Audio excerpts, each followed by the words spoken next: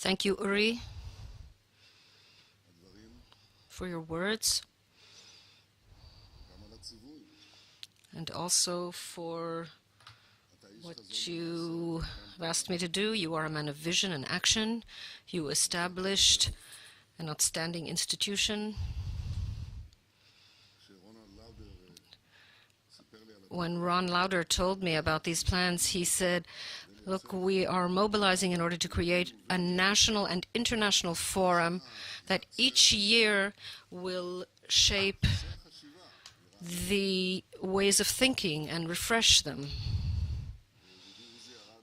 And my good friend Uzi Arad mobilized along with you, just as our good friend is doing so now. I think you have proved with these years of action that one can think and think well, and one can dream realistically. And that's in fact what Herzl said in that quote that you cited. We have a shared dream to achieve peace with our neighbors. I have reason to believe or hope realistically that in the coming weeks we will renew the peace process with the Palestinians without preconditions. I have been saying for a long time that the international system recognizes, or the recognition has ripened within it, that Israel wants to and is willing to renew the peace process. And once that recognition ripened in the international community, the practical feasibility of that step is also taking shape. You know, they say it takes two to tango. In the Middle East, sometimes it takes three to tango, or at least to start to tango. And I hope after that we will be able to continue to dance as a couple.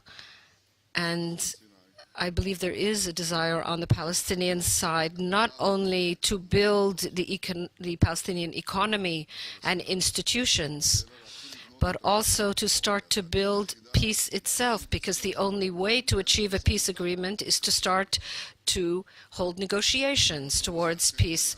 And if that desire indeed exists now, we will see the renewal of the process in the coming weeks. I know that one of my predecessors, Ariel Sharon, spoke on this platform about the disengagement. Today, I would like to talk about not disengagement, but rather about engagement. Engagement with our heritage, with Zionism, with our past, with our future, here in the land of our ancestors, which is also the land of our children and grandchildren. You are occupied with the fate of our nation, because today it is clear that the fate of the Jewish people is the fate of the Jewish state. There is no demographic or practical existence for the Jewish people without the Jewish state. That does not mean that the Jewish state is not facing very great challenges, but our existence, our future, are here. And the great change in the establishment of the State of Israel was that Jews moved from being a collection of individuals and communities and splinters of communities to a sovereign collective in a territory of its own. And our ability as a collective to control our fate gives us the tools to shape our future. We are no longer a nation that is led, defeated, and persecuted.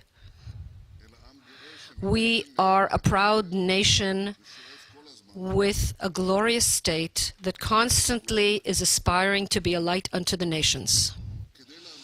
In order to continue to control our fate, we need to establish our collective ability in three main areas: security, economy, and education. I will not elaborate today on the matter of security, except to say that we will have to continue to foster and strengthen our military might. The weak cannot survive in this difficult geographic area, and no one makes peace with those who are weak. A strong Israel is a guarantee for both our continued existence and for peace with our neighbors. And I would like to make clear that our security needs will increase during the coming decade. In my opinion, in the next 2 decades, we are entering a different world in which the aggressor has certain advantages. The aggressor can launch, they're not even missiles, they're just pieces of metal that have a fairly primitive motor and fuel and explosives. And in order to hit this flying piece of metal, we have to invest a great deal. And sometimes the aggressor, under such conditions, has the advantage, and we have to work very hard in order to undermine that advantage. And we can do it, but it costs a lot of money. Security requires a strong economy, and a strong economy gives good security, strong security.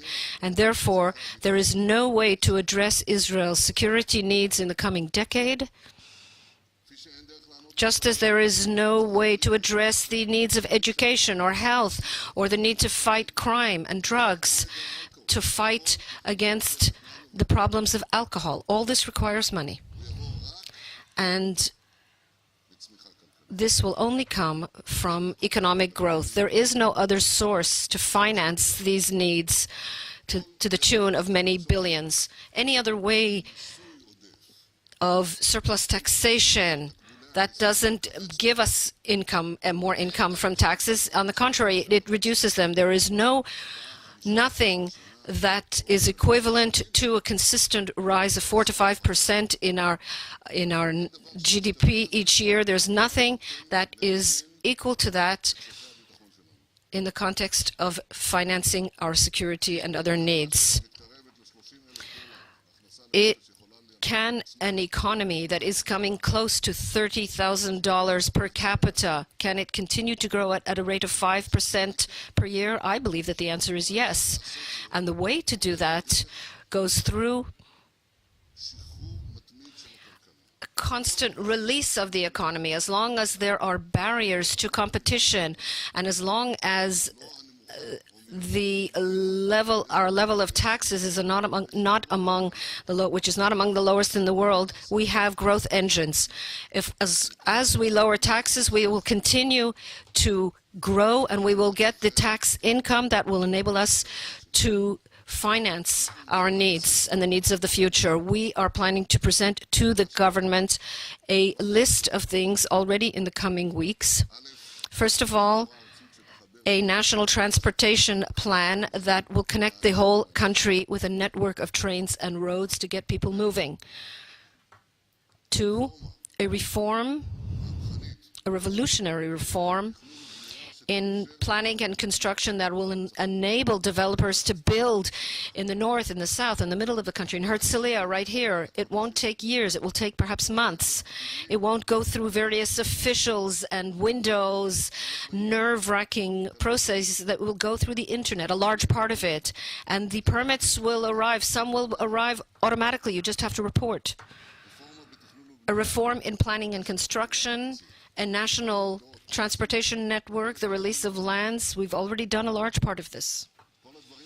All of these things support growth, just as there will be other things that I will elaborate on before the next conference.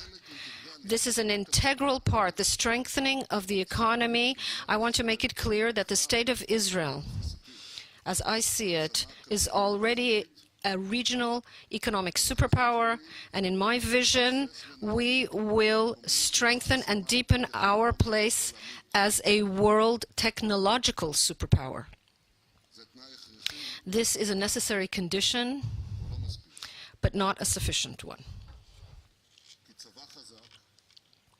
Because a strong military and a strong economy